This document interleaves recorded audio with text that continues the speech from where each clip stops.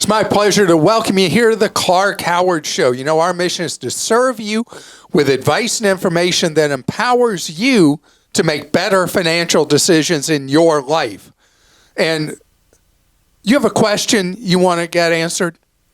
Do you know since 1993, we have offered free one-on-one advice and guidance from our members of the Team Clark Consumer Action Center. You can learn more about how to get that one-on-one advice available to you 30 hours each week at clark.com/CAC. Today, I'm going to tell you a personal story about a sleazy sales call I received from a big alarm company. And later, we love our pets, but man, when they get sick, the care for them is so crazy expensive. So recently I played that hopscotch game where we had internet service from the cable monster. And out of nowhere, the cable monster raised our monthly bill 50.7%. Like, bam. And it wasn't like we were in a teaser rate. They just, all of a sudden, they went up 50.7%. I was like, man, you know, you do something where you go up like 10%, 20%. People being creatures of habit, inertia, they'll probably leave it alone. But over a 50% increase, I was out of there. And so I switched to the monopoly local phone company, which had recently put in fiber in our neighborhood, and switched to AT&T from the monopoly, from the cable monster. And the price from AT&T was cheaper than what I'd been paying to the cable monster. And the cable monster had a data cap. AT&T was unlimited. Seemed like a pretty easy smart switch. So 2 days before the installation, get a phone call from someone who is calling to confirm my AT&T installation appointment. And, asked him, does it still work for an installer to come between 2 and 4 on Saturday, and confirming the address. They had the address a little wrong. So I start giving them the correction information. I realize they're not listening. They're reading from a script. I'm like, what is this? And then before I even can process that, they're going into a hard sell pitch for me to have an ADT burglar alarm from them as part of a special promotion with AT&T. And I'm like, I didn't know AT&T. In my mind, I'm thinking, I didn't know AT&T bought ADT. They didn't. They just get referral lead commissions, I guess, which I was able to see immediately after the call. And I had to say, no, I'm not interested. No, I'm not interested. No, I'm not interested. That I'm really happy with the security system I have, and that I was not interested in switching. And finally, after the third objection, the person said, okay, have a nice day. Boom, gone. So then I'm immediately on my computer and I'm looking, what's the deal here? And I see from a number of Reddit posts, no confirmation that I could find from an AT&T source, that they're doing this deal with ADT. And so then, it's so funny. I then go look, and I think it's just terrible that AT&T would give them people's install information and have them pose at ADT as if they're calling to confirm your AT&T appointment, only as a way to then go into a strong pitch about why I should have an ADT burglar alarm. So then I check, does AT&T own them? They don't own any of them. Not that I could find. And then I start looking at the reviews of ADT. And they're very similar to what you'd find for other burglar alarm companies. They're owned by a big private equity company in part, and other players own part of them. And gosh, I'm sure they have some happy customers, but you look online, it's so funny reading these reviews unless you're somebody who's stuck in a contract. So know my rules for a burglar alarm. When do you sign a contract with a burglar alarm company? You don't. You don't. A burglar alarm company should charge you a real cost to install a system, and then they charge you for monthly monitoring. And if you're not satisfied with the service, you fire them and you go somewhere else. Period. But that's not the business the burglar alarm companies are in. They're in the business of hooking you into long-term, what are known as rollover contracts. That if you don't notify them exactly their procedure on exactly the day you're required to do so, you're automatically re-enrolled for who knows how many years, depending on what a state permits. The reality is that burglar alarm equipment has advanced so much that I encourage you to do what I did, where I installed my own system. I have it hooked up to professional monitoring, but I installed my own. It was harder than I thought it would be because I'm an idiot at home projects. But I was able to do it. It worked. It works. And I'm hooked up for regular monitoring. And I'm not beholden to anybody. And you can do it yourself. Who do you think we'll hear from first, AT&T or ADT? I don't know, but we did hear from Yvette in California who has a question about alarm systems. I'm a 30-year Army veteran. Thank you for your service. And have listened to you for years. I'm now living on my own in a house I'm remodeling, and I was wondering what home security system I should consider. Should I pay for a monitored system, or is it something I should monitor on my own without a subscription? The two front runners are Simply Safe and Ring, respectively. Okay, and interestingly enough, Consumer Reports just updated their ratings on self-install home security systems, and they have them in the opposite order you said. They give Ring their highest rating, and they give Simply Safe their second highest rating. The Ring system, unless you buy it when Costco has it on sale, will cost you more up front, somewhere close to $300 unless it's on sale. Simply Safe more like in the $200 range for a self-install system. But the monthly monitoring is usually a lot cheaper with Ring than it is with Simply Safe. But both of them rated very highly by Consumer Reports. They also wrote about one called Kangaroo, which they rated very highly, which I know nothing about.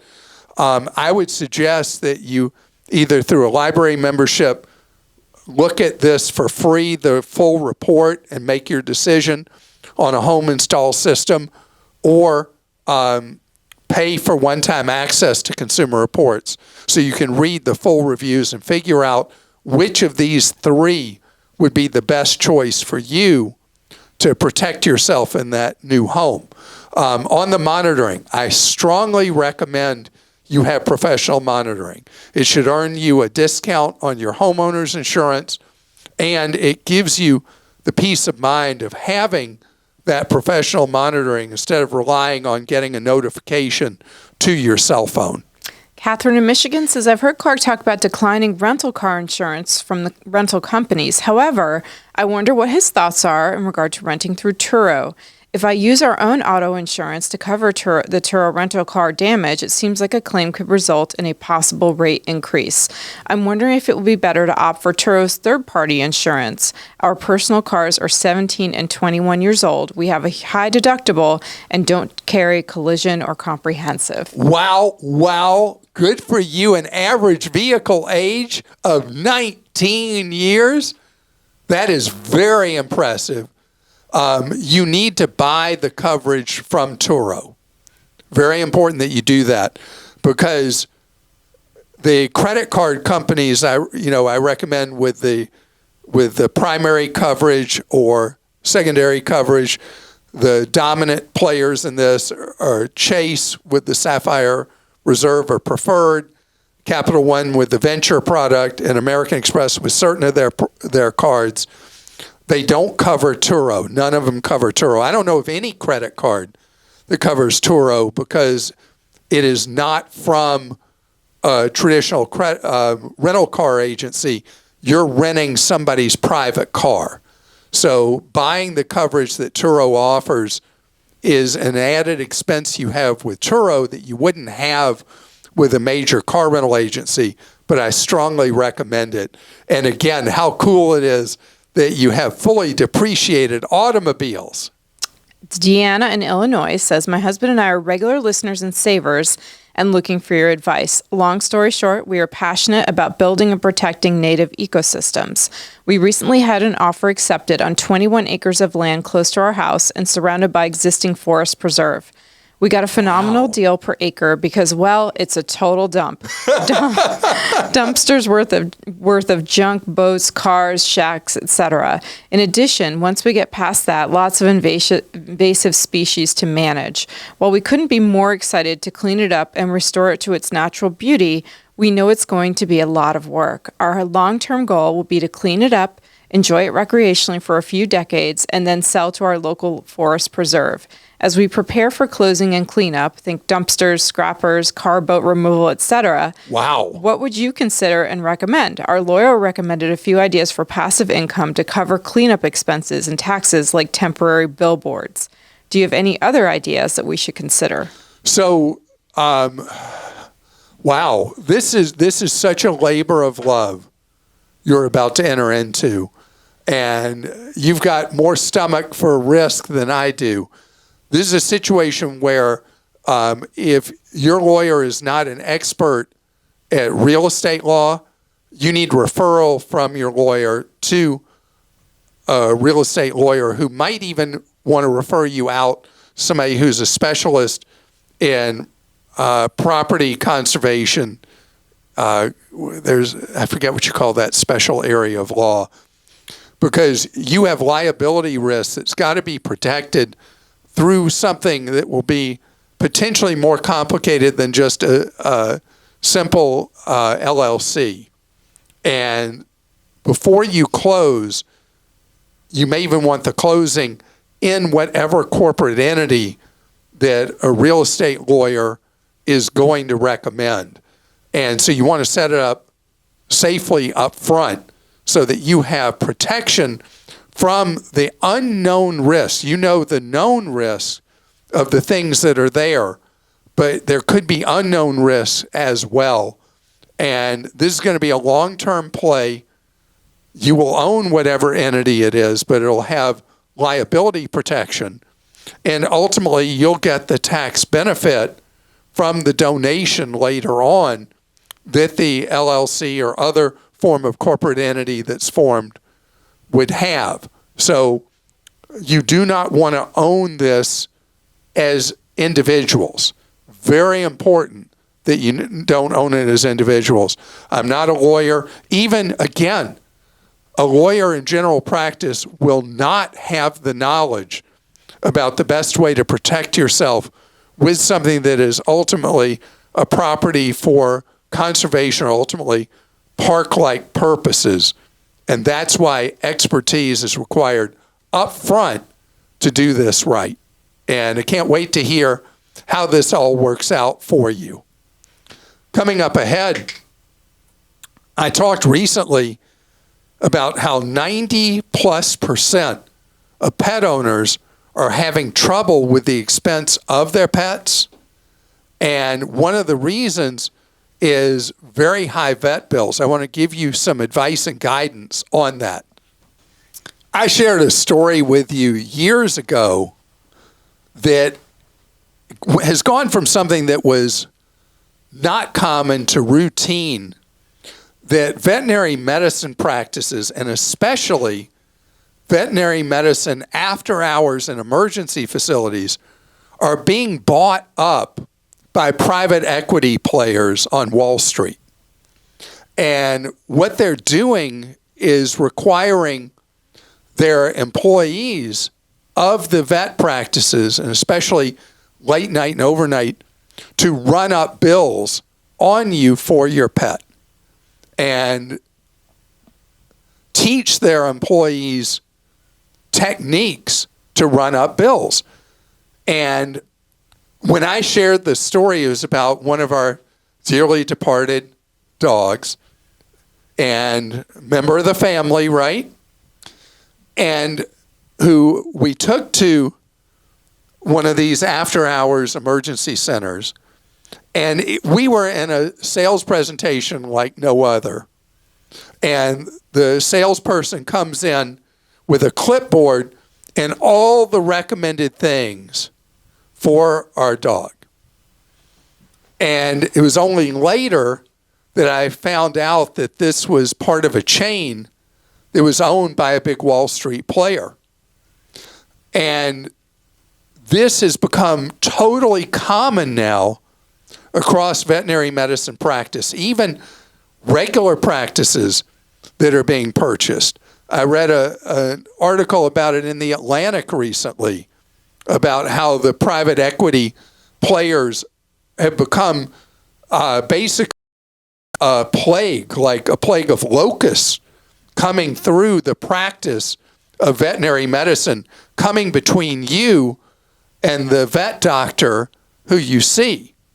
So know that when you are going to need care for your precious family pet at some point, you want to know that you've got a good source for regular care that you have used. It's almost like I talk about with auto mechanics. The time to find a good auto mechanic is not when your vehicle's broken down. It's for regular routine stuff. And you find a place that you know and you trust, and you go there. And then when the chips are down, something's wrong with your vehicle, you go there.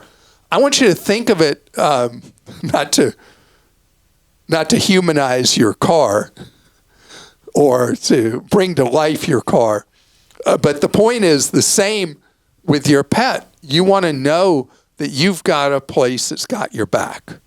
When your precious animal needs care, you want to make sure they're getting the care that they need, and that nobody's running up a bill on them because they're trying to send money to some private equity owners who are, rich investors and institutions around the country and around the world. And especially with aftercare, you want to know who owns that aftercare. After hours care, the emergency facility, and you want advice from your regular vet that if something happens nights or weekends, where they trust. And you can look up and you'll be shocked how many of these 24-hour facilities are now owned by private equity players, and they have no interest in the well-being of your animal. They only have interest in charging you as much money as humanly possible, even if it's not necessary for the care or well-being of your pet. Private equity by itself is not an evil enterprise. But in a case like this, where it involves life-saving care or bringing an animal back to wellness, it does have the equation of doing that, because when they run the bill up so much, the next time you may hesitate on getting care for your pet, and your pet that could have survived without a great deal of expense may die because you're reluctant to get that care because of how you got ripped off the last time. All right, we'll go to questions. This one's from David in Florida. Clark, we started my 7-year-old son's 529 before he was born with the Utah plan, which was how about that? which was on your dean's list in 2017. We set up my 4-year-old daughter's through the Florida prepaid plan, now on your dean's list. To keep it easier to track, I'd like to move both of them to Fidelity. Since Florida doesn't have any state tax benefits for 529s, Does it make sense to leave them alone or move them to Fidelity's target date fund? I'm also inclined to fund a little extra each month due to the Roth rollover option. Since I have few words left, my first job was delivering pizzas in high school. It was great since I got paid to drive around and listen to your show. We are thankful for you and your team. Your insight has definitely set us up for success. Well, David, thank you. And that would have been a job I would have loved to have had in high school, delivering pizza. Oh, yeah. But I would have eaten up all my pay in pizza. Said I worked in warehouses. What was I thinking? So, first of all, you picked beautifully. The Utah plan was the best plan in America. It's still one of the very best plans in the country. What's happened is other plans have gotten better and kind of caught up with Utah. Florida prepaid is kind of its own animal. So if you think that you're going to stay in Florida all the way through and you're going to brainwash your younger child to go to one of the Florida state schools, it's a great choice to stay in the Florida prepaid because you're buying credits. You're going to know how much of a 4-year degree you paid for, and it works very well in that limited circumstance that you're going to stay in Florida, your child's going to qualify in-state, and their college choice is going to be limited to a Florida State University or the Florida State University, whatever it be. So if that's not the case, if you can be corporate reload somewhere else and you're not necessarily going to require your child to go to a Florida State school, your older one's in the Utah plan. So migrating them both to one of the Fidelity plans would be fine as long as it's a low-cost Fidelity plan. And you can see that on our list.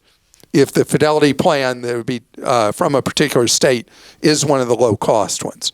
And that would be absolutely fine. It would be simplicity sake, and doing that is A-OK.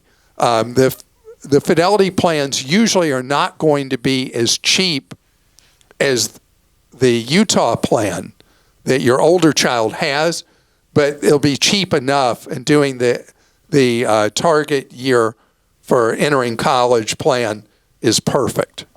Doug in Oklahoma says, now that I've transferred from Mint to Credit Karma for free financial tracking, I've noticed some features that I'm not sure about the implications of participating in. For instance, I've added my vehicles, and now they offer to let you link your insurance company to log in there to them.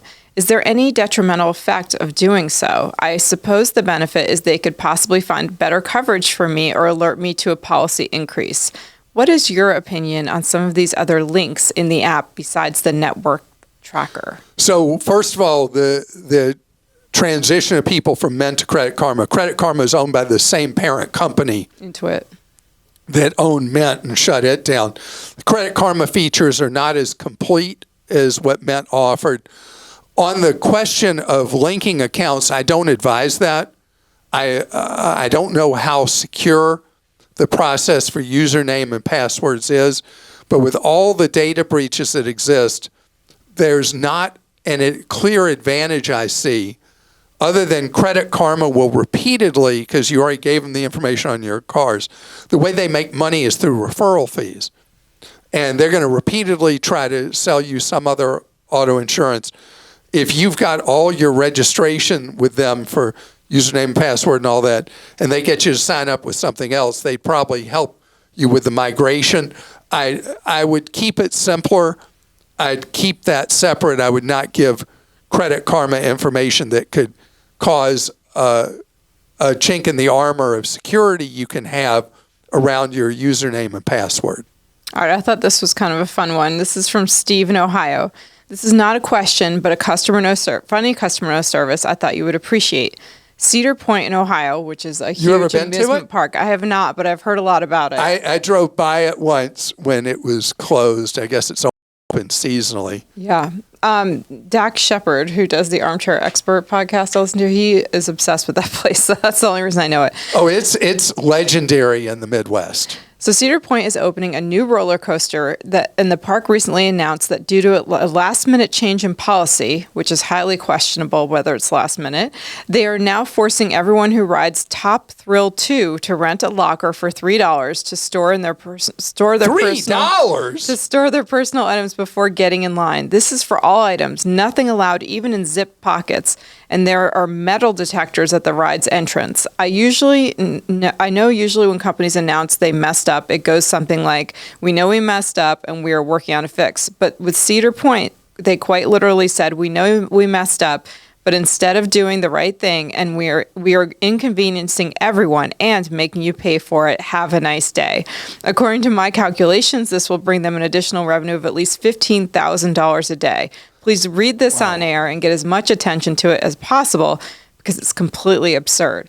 So I went to Cedar Point's website and looked at you were really excited about this one. And I put a quote here for you. Do you want me to read it? Yeah, no. So the gist of it is that they found that the manufacturer said it's going to be unsafe if people have any loose items at all. Yeah. So they are charging you a nominal fee to lock it up or leave your stuff with a friend to hold or a family member while you go. But otherwise, we'll charge you this nominal that's not at all $3 junk fee to put things in a locker. What they should do, the right thing to do, is offer the locker for a certain number of minutes, however long the line is to ride. If it's an hour wait, if it's an hour and a half wait, if it's 20 minutes, to offer a locker for that period of time with a grace built into it for free. And if you go past, then you have to pay your $3 to get your stuff back. That's what I would do in a case like that, because that sounds abusive to me. To rip people after you're already paying the huge admission fee to go in, to then charge an extra $3 when you want to ride. What's it called again? Top Thrill 2? Yep, this is the Top Thrill 2. Do you know how you could get me on Top Thrill 2? You couldn't. There's no price. There is no price that you could pay me to go on one of those really, really scary roller coasters. So my wife and I, when we were dating, this goes back, 30 years. She wants to go ride roller coasters, something I have no interest in. She's a thrill seeker. She is a thrill seeker, but what's funny is she gets motion sick on car rides. I'm like, you want to go ride roller coasters? So we go to one of the Six Flags parks. You know, they're a big chain around the country. We go to the Six Flags park, and they're really into the roller coaster stuff.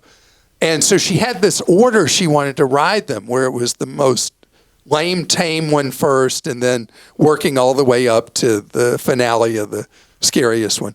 So I get to like the fourth one of like 9, and I'm like green. I'm done. And she's like, come on, you're not going to ride anymore? So I go one more, and then I'm really, really done. I said, you go enjoy them. She still makes fun of me that I wanted nothing to do with it. So I would never be subject to the $3 fee. In fact, I'd be the one holding her stuff. Yeah. And yeah. Somebody should stand there and for $1 hold your stuff. And make sure they give you the sign into their phone so you can steal all their money while they're in line. No, roller coasters not my thing. Do you ride roller coasters? You hate them too? Oh, want nothing to do with it, no. Yeah, I mean, the fifth one we went on was one of these things that went looped upside down. No, absolutely not. I don't like heights. Nope. Heights don't bother me. Bother me. But and heights do bother her. So she can ride these crazy roller coasters, but height on them doesn't bother her. But heights like, hiking a mountain or something, not happening. Lane should have a rebuttal to this if she wants to someday. She should. But she married me anyway, even though I was too much a wimp to go through the full 9 roller coasters. Who knew there were that many at these parks? Oh my gosh. People love them. Ugh. I don't get it. Not me. I don't even think the teenage boy in me when I was 15 would have enjoyed that. No. Well, enough about that. We got important things to share with you tomorrow because tomorrow's Friday. And you know what that means? Clark Stinks coming your way, where you get to hear how I really messed up in tomorrow's podcast. But what I hope you pick up every day is ideas, strategies, ways for you to get more control of your wallet so you can save more, spend less, and avoid getting ripped off. And see you tomorrow.